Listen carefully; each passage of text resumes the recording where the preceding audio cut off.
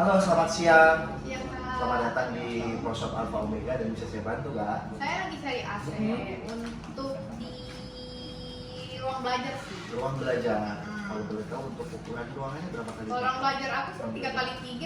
3x3. 3x3 berarti bisa saya rekomendasikan kapasitasnya cukup setengah PK. Itu kurang lebih di lantai 1 atau lantai 2? Itu di lantai 1 sih. Di lantai 1. Kalau di lantai 1 cukup Pak. Untuk yang setengah PK ini ada promo kita tawarkan dari D.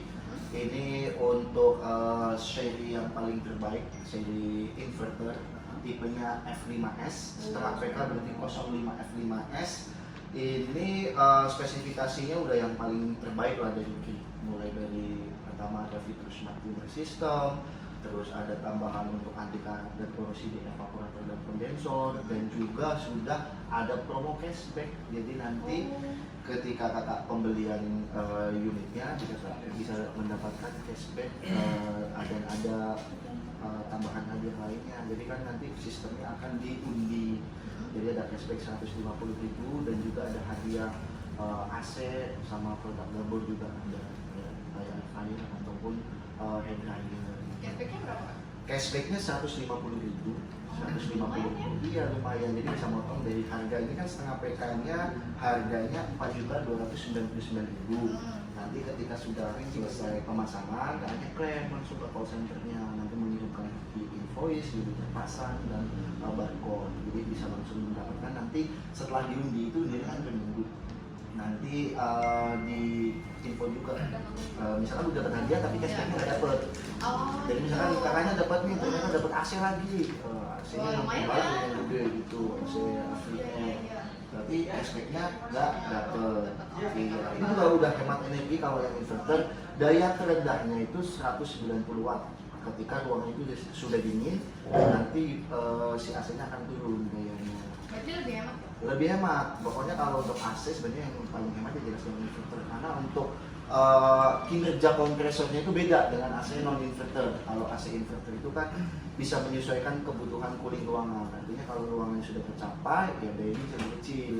Jadi misalkan kakak misalkan nyamannya di berapa derajat, katakanlah 22 atau 23 derajat, ketika si ruangannya sudah sampai di 22 derajat, otomatis akan menghemat. Kompresornya itu putarnya akan melambat, tidak on off, tidak mati hidup. Kalau AC non inverter itu kalau ruangannya sudah tercapai, kompresornya itu kan mati. Nanti kalau kompresor mati, lama-lama ruangannya kan naik, itu naik lagi, jadi putarkan yang berdua.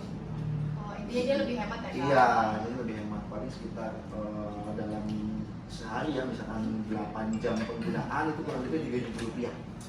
Untuk pembelian listriknya murah, udah AC-nya murah, fiturnya banyak. Ini juga udah fitur smart cooler system, bisa mencuci otomatis bagian evaporatornya dengan menekan tombol fan dan mode di remote. Jadi otomatis akan bisa membersihkan evaporatornya.